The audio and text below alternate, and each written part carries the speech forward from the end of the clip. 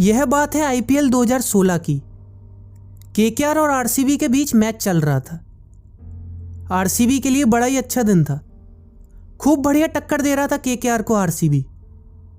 सबको उम्मीद थी, उम्मीद कहना ठीक नहीं होगा, सबने मान लिया था आज आरसीबी जीतेगी।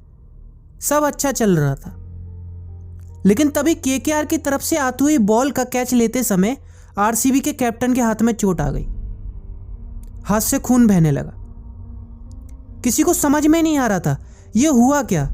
सब इतना अच्छा चल रहा था, यह अचानक से इतनी गंभीर चोट कैसे। और दुख की बात यह थी कि आरसीबी का अगला टर्न बैटिंग का था। अगर यह होता कि टीम के किसी प्लेयर को चोट आ जाती तो टीम संभल जाती। इस हादसे को टीम सह सकती थी। लेकिन सोचिए, जब आपको रास्ता दिखाने वाले, आपको गाइड करने वाले कैप्टन को इतनी गंभीर चोट लग जाए तो टीम आरसीबी के लिए कितनी मुश्किल की बात होगी। अब केकेआर के चेहरे पर एक अलग ही मुस्कुराहट है और खुशी तो होगी। जिसको हम हराना चाह रहे हैं उसकी ताकत अपने आप ही कम हो जाए तो कितना अच्छा होगा। इस हादसे के बाद यही लगा, आरसीबी तो गई। हादसे के बाद आरसीबी के कैप्टन का ट्रीटमेंट हुआ। उसके हाथ में 9 टांके आए, 9 टांके। जब सबको यह पता चला, सबने सोच लिया पॉसिबल ही नहीं है हाथ में आए हुए 9 टांकों के साथ बैटिंग करना। डॉक्टर ने भी कह दिया तुम रेस्ट करो, अगर तुमने बैटिंग करी तो तुम्हारा ये दर्द बढ़ सकता है, ये चोट बड़ा रूप ले सकती है। लेकिन कैप्टन को कुछ सुनाई नहीं दे रहा। जो कुछ उसके साथ हुआ, हाथ से इतना खून बहा, हाथ में 9 टांके आए, डॉक्टर ने कुछ बात कही, इतना दर्द हो रहा है, उससे कोई मतलब ही नहीं है। उसे बस केकेआर के मुस्कुराते हुए चेहरे नजर आ रहे हैं।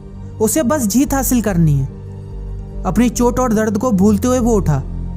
जिस हाथ में 9 टांके आए थे उस हाथ पर उसने ग्लव पहना, बैटिंग के लिए तैयार हुआ और पिच की तरफ बढ़ने लगा। सब चौंक रहे हैं, हाथ में आए हुए 9 टांकों के साथ ये कैसे बैटिंग करेगा। लेकिन उसे किसी से कोई मतलब नहीं। उसे सिर्फ एक ही शब्द दिख रहा है, सिर्फ एक ही शब्द, जीत। उसने बैटिंग की। इसके बाद जब मैच का रिजल्ट मिला सब चौंक गए। जिससे किसी को उम्मीद नहीं थी कि हाथ में आई हुई चोट के बाद यह हाथ में बैट को भी उठा सकता है। उसने उसी हाथ से 71 रन बनाए 51 गेंदों में और साथ में कैप्टन का फर्ज निभाते हुए टीम को जिताया भी।